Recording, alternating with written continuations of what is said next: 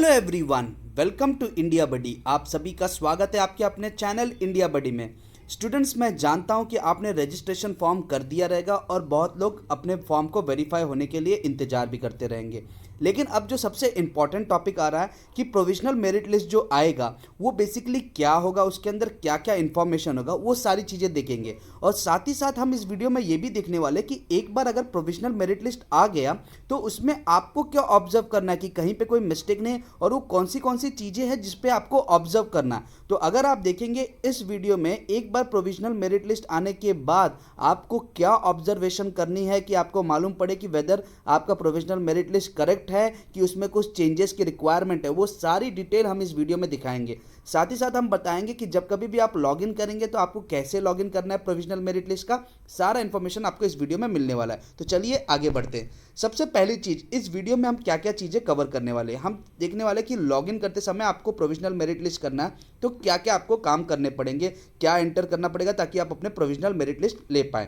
साथ ही साथ हम देखेंगे कि प्रोविजनल मेरिट लिस्ट जो आता है, जिसको मैंने शॉर्ट में PML लिखा है, प्रोविजनल मेरिट लिस्ट, अगर वो आता है तो उसमें क्या क्या चीज़ें दिखेंगी। और तीसरी चीज़, एक बार अगर प्रोविजनल मेरिट लिस्ट आ गया और उसमें आपको क्या चीज़ वेरीफाई करना है कि आपको कौन सी चीज़ें जो बातें याद रखनी की प्रोविजनल मेरिट लिस्ट आने के बाद, तो वो सारा डिटेल हम इस वीडियो में देखने वाले हैं। मैं एक चीज़ बता दूं कि अभी तक जिन स्टूडेंट्स ने कोई भी फॉर्म या एडमिशन से रिलेटेड कॉलेज के लिस्ट नहीं बनाए हैं, उनके पास अभी भी बहुत अच्छा मौका है। वो बेसिकली ये जो लिंक है वो डिस्क्रिप्शन में दिया, आप इसमें गूगल फॉर्म पे क्लिक करके अपना डिटेल्स डाल सकते हैं एंड आपको 25 बेस्ट ऑप्शंस जो आपके मार्क्स के हिसाब से, आपके लोकेलिटी के हिसाब से एंड आपकी स्ट्रीम के हिसाब से रहेगा, विद इन 3 आवर्स आपके पास ईमेल में पहुंच जाएगा। बहुत सारे बच्चे इसको यूज़ कर रहे हैं और उनको बहुत ज़्यादा बेसिकली बेनिफिट हुआ है, तो आप भी इसको यूज़ करके लीजिए, क्योंकि प्रोविजनल मेरिट लिस्ट के बाद फाइनल मेरिट लिस्ट और आपको कैप के लिए टाइम बहुत कम बचेगा।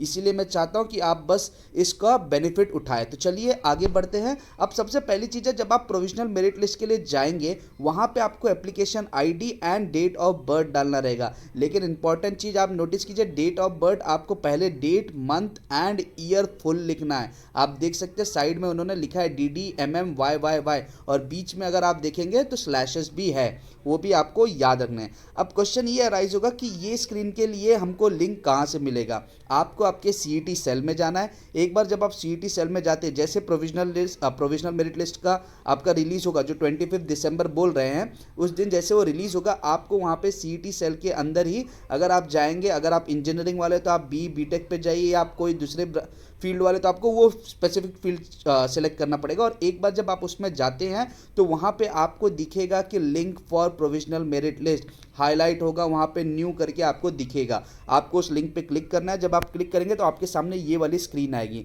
इसमें आपको एप्लीकेशन ID डालना है। आपको याद रखना है कि जो एप्लीकेशन ID आपने रजिस्ट्रेशन के समय जनरेट हुआ था वो ID आपको डालना है एंड डेट ऑफ बर्थ डालना है। एक बार जब आप ये चीज़ डालते हो, सबमिट पे क्लिक करते हो, तो उसके बाद जो इंपॉर्टेंट चीज़ जो डिस्प्ले होगा वो होगा आपका state rank.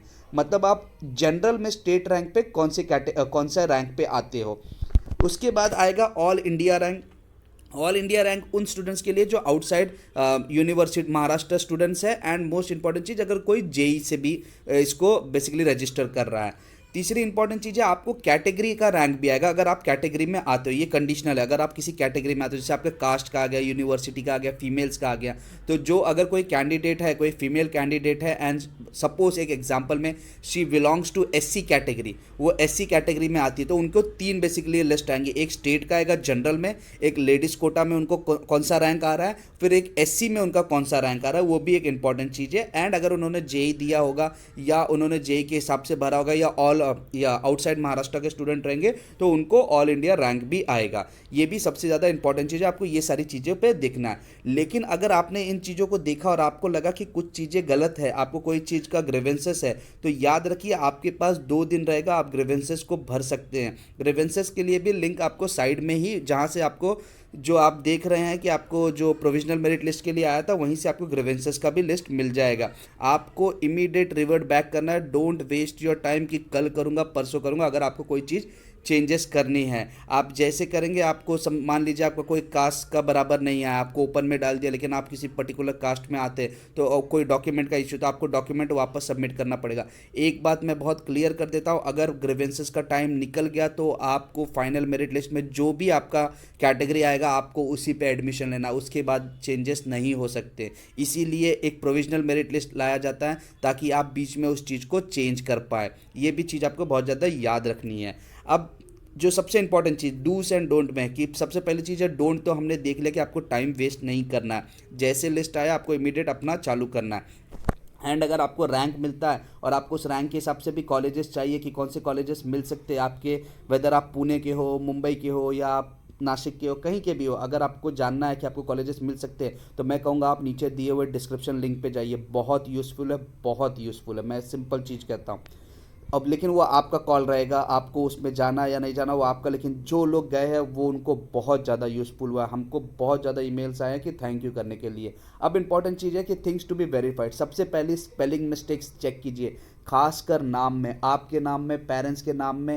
And spelling mistakes अगर आपको लग रहा है कि कुछ लोग कहेंगे कि मेरा नाम प्रीति है, अब प्रीति को अलग तरीके से लिखा जा सकता है, या तो आप आई के टर्म्स में लिख सकते हो या डबल ई के टर्म्स में लिख सकते हो, लेकिन इंपॉर्टेंट चीज़ ये है आपको जो आपका मार्क्स, जो आपका नेम है वो बेसिकली आपको रिजल्ट के हिसाब से होना चाहिए। जो आपके 10th का रिजल्ट या बोर्ड 12th का रिजल्ट में जो नाम रहेगा उसी नाम बेसिकली आपके इसमें आना चाहिए। अगर उसमें कुछ प्रॉब्लम है ना, आपने करेक्ट फिल किया था लेकिन फिर भी प्रॉब्लम आया, तो ये चीज़ आपको ग्रीवेंसेस में रेज करनी पड़ेगी, और इसके लिए आपको 10th या 12th की सर्टिफिकेट्स आप डाल सकते हैं। नेक्स्ट इंपॉर्टेंट चीज़ है कास्ट कैटेगरी। अगर किसी ने रिसिप्ट डाला था और उसको ओपन कैटेगरी दिया, तभी भी आपके पास मौका है कि आप डॉक्यूमेंट डाल सकते हैं। कास्ट कैटेगरी भी आपको चेक करनी है कि बराबर आया है कि नहीं। अब कास्ट कैटेगरीज में आ सकता है कि दूसरी कैटेगरीज जैसे कोई EWS के थ्रू आ रहा है या कोई और भी सारी चीज़ें डाल रहे हैं, तो वो सारी चीज़ें भी आप चेक कीजिए। अगर आप डिफेंस कैटेगरी दिखा रहे हैं या जो भी कैटेगरी आप सोच रहे थे वो कैटेगरी आ रहा है कि नहीं आ रहा है।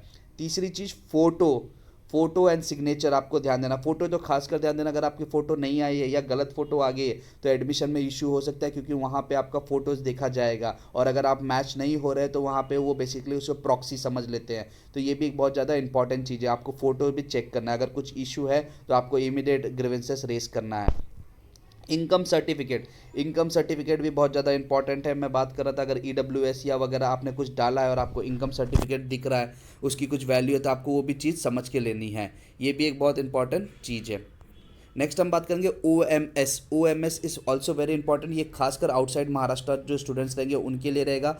आपको मालूम होगा कि जो 85% सीट्स जो होंगी कैब से, वो बेसिकली महाराष्ट्र स्टूडेंट्स के लिए रहेंगे। अगर आपका OMS लेस देन 15% है, मैं बोलूँगा अगर अप्रॉक्सीमेटली 10% है, तो आपके चांसेस है, ये जो है बेसिकली आउटसाइड महाराष्ट्र स्टूडेंट्स के बारे में बात कर रहा हूँ, आपके चांसेस है कि आपको एडमिशन मिल सकता है, लेकिन उससे ज़्यादा रहेंगे तो चांसेस कम हो जाएंगे। तो ये भी आपको याद रखनी है।